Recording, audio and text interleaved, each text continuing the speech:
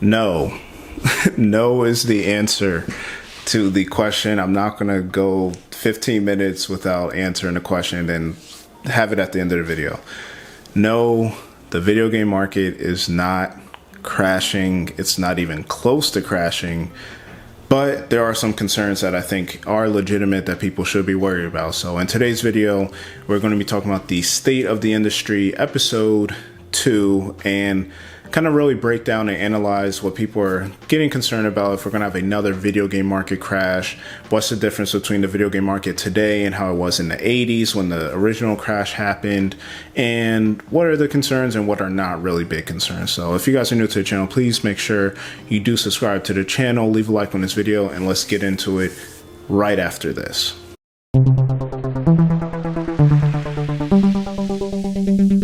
So over the last few months and kind of the better part of the year, everything settling down after, COVID and everything, lockdown in the industry, new systems, new ways of monetizing, all these different things have been changing rapidly over the past few years. A lot of people have been panicking online about, whether it's fear mongering or fake or just doing it for views. I don't know, about this presumed video game crash that's going to happen. So I want to talk about the first one that happened. So back in 1983, I wasn't alive yet, but there was a crash when it came to video games. Home consoles was still fairly new. This is back in the Atari days, people still playing arcades, things like that. So according to experts, there were a few factors that actually led to this initial crash. So one of them being that there were no real third-party developers. It would just basically be like first-party. Like you had a bunch of people making games for first-party systems. That's how it was. There wasn't a lot of, third-party existence and things like that. And when that happens, there's not a lot of, quality control in a sense. So that led to another factor, which was just the quality of games. Like we were putting out, they're flooding the market with hundreds of games in a year that are just, quality was just not there. And, when games are not of good quality, consumers push back. They're going to say, hey, we're not buying this. We don't need to spend our money on this. And, this isn't like, oh, you could put out a patch and fix the game. It's like, no, once games back then were released, that was it. That's what you had to deal with. If the game didn't work, it didn't work, and that was it.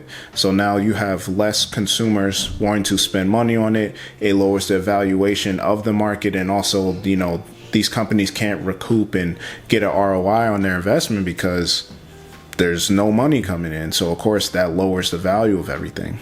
And to go along with that, another factor was the fact that, personal home computers started really getting bigger, and yeah, they were more expensive, same thing as nowadays, but they just had way better processors and systems and things like that than a home console. So the games were more sophisticated. They could play better games that you couldn't play on a console. And it's like, well, why am I going to spend money and invest it in these other games? Plus they're putting out crap, like hundreds of games of crap that are not good, and I could just invest in a personal computer that I can use for multiple purposes, not just gaming, but other things and database and all these kind of things. So that just made the personal home consoles just way less attractive. So sales dropped from 3.2 billion in 1982 all the way down to 100 million by 1985. And mind you, this is before Nintendo came with the NES, so it just was not looking good for people that remember it. That was back then. Like all these factors led to this happening. So that was back then. Now let's talk about nowadays, present day. What is causing people to think that the video game market is going to crash? So the first thing is this massive amount of layoffs happening. Now, I know a lot of people can look at that and say, oh, a lot of people are getting laid off, companies are closing, all these kind of things, but overall revenue for the gaming industry was actually up by 4% year over year. So it's, again, this is multi-billion-dollar industry, hundreds of billions of dollars worth of, revenue coming in and investments and sales and things like that. And yes, layoffs are terrible. I'm never going to champion them and say that it is what it is. Like, yes, they are bad, but layoffs aren't an indication of the industry not being, good. It's just the fact that man hours, labor, all that is the first things people are going to cut when they want to save money. It's the, it sounds terrible to say, it's the easiest way to trim the fat as far as costs, right? Like if you have less people, that's less salaries you're paying, that's less hours that you have to invest in, offices and, all the overhead and probably flying them out and development kits and the amount of years it takes for these games and things like that. So, layoffs aren't necessarily a indication that the video game market is going to crash. I think a lot of people have said it in the past, but, COVID, because of the influx of people being at home, maybe having some more expendable income, spending money on games, live service games, so you're playing and, gaming for more hours, you needed more manpower in these, not just are you like overestimating where it's going to go when you're hiring these people, but you also needed those people in the immediate to deal with, servers and, doing updates, especially for these live service games, DLC, all this kind of stuff. Like you figure like,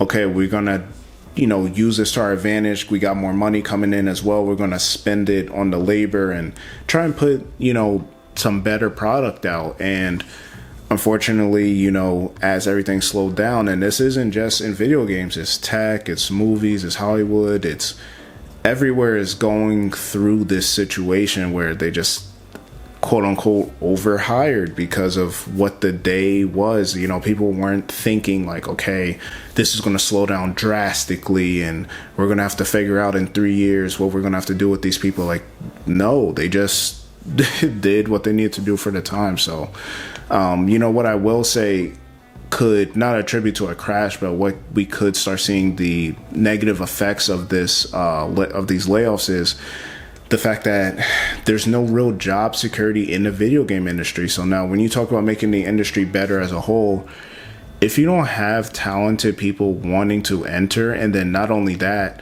you have them once they get fired or laid off telling other people, and they're seeing articles and podcasts and videos like this one I'm filming right now saying like, this is what's happening in the video game industry. You're discouraging people from joining. A lot of these people aren't necessarily like big gamers. They're just developers, software engineers, all these type of things that they're good at their job and they want to get into video games, get the experience and things like that, stock, all these type of, perks. But if they're seeing 900 people get laid off from Sony, 1,900 people get laid off from Microsoft, Activision, Blizzard, and, we had, I think it was 2,000, I think it was like 10,000 people got laid off last year, and we're already at 8,000 for this year, and we're only in March. Like, that's insane. And unfortunately, it's kind of going to keep going. And the other negative side effect of that is, you don't retain the talent. A lot of these people think like, oh, they're remaking this game I played 15 years ago. It's like, that team is different now. You don't have the same know-how, the same knowledge, the same tone and everything that you liked about the original game. Not saying they can't make a good game, but it's like you're kind of starting from square one. And with these game development cycles taking so long, it's going to take even longer because you got to teach them more. You got to train them. Like, training people takes a lot of time and money for these companies. So, layoffs definitely aren't something to like sneeze at. They're not a main contributor to what a crash would be, but they definitely do affect the industry as a whole. The other thing that people are, pointing at that could possibly lead to a crash is these budgets, these AAA budgets and live service games, just the amount of investment people have been putting into them over the last few years. It was a trend a few years ago with, Fortnite, PUBG, Apex Legends, all these other games that are now established, but we're seeing it with the Insomniac leaks. Like, we're seeing, $200, $300 million budgets for, Spider-Man. And yeah, they're making a lot of revenue back, but you got to think about like the expenses, the amount of years it takes to come out. Like, that, it took 5 years for that to come out. And it's a sequel and it's built upon the, foundation of the previous game. So even that taking 5 years is kind of wild when you think about it.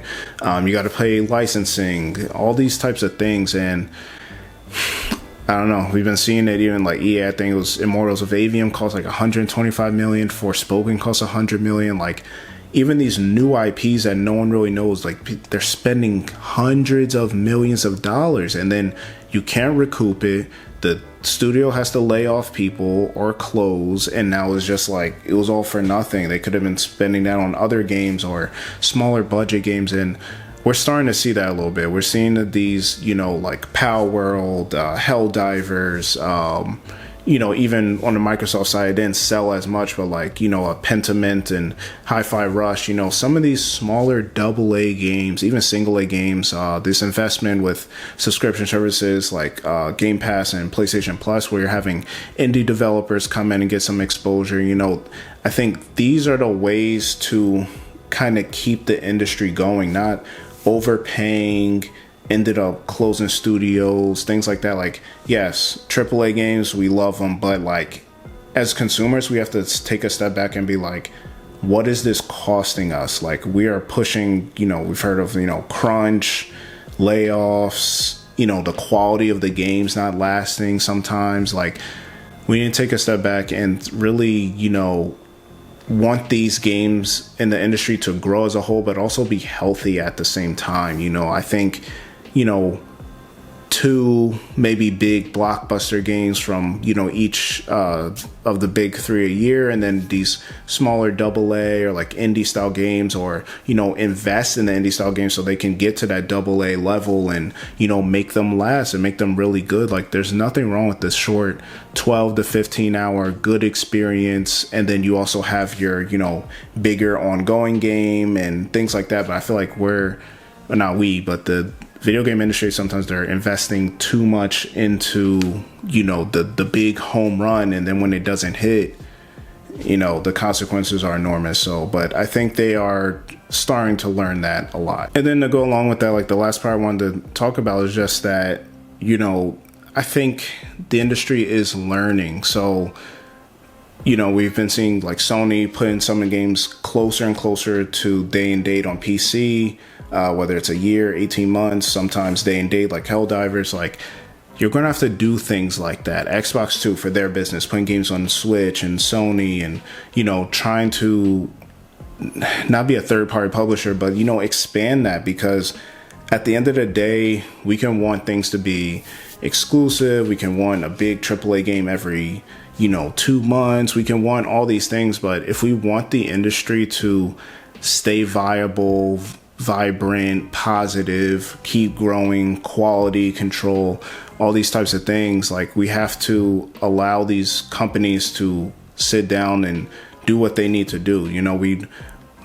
Games realistically are underpriced. I don't want to say that, it took them 2 generations to make games $70. They were $60 for the longest, $50 before that. Realistically, that's what they gotta do. Either raise the price to $80, $90, $100 like it was back in the day, or, raise subscriptions. Or like, the money has to come from somewhere. I think fans are kind of delusional when it comes to this type of stuff. Like, if you want the industry to keep going, you have to support it. Dude, costs go up. You want, games to come out faster, all these type of things. Either you have to wait longer for games, you gotta pay more for subscription services, you gotta, inflation's going crazy right now, you gotta pay more for the game a la carte. Like, the money has to come from somewhere. Like, this is not, it's hey, we just doing this for the heck of it. They have to figure out a way to hit their metrics, whether that's profit, player engagement, system, so like whatever that is. So we need to just be realistic, and I think Xbox is trying to push that. Nintendo's kind of doing its own thing, but they're helping as well by good practices and things like that. And then Sony's coming around. People can call them stubborn, but I think at the end of the day, the shareholders will teach you very quickly, when your company goes $10 million loss in value in a day, that change will come. So I just think we don't have to worry that much. Like, we have, way more people invested, Hollywood, licensing, IP, all these types of things. Everyone's more business savvy. The video game industry's had 40, 50 years to kind of learn And this isn't the same situation as 1983. I know everybody's saying that, but it's not. But those are my thoughts on this presumed video game crash. I do not think it's coming. I think there are some things that the industry needs to figure out and figure out quickly. And I think they're making, the steps towards doing that. So y'all let me know what y'all think about this video game crash, what needs to be fixed with the industry, everything like that in the comment section below. Leave a like on this video, subscribe if you have not already, and I'll catch you on the next video.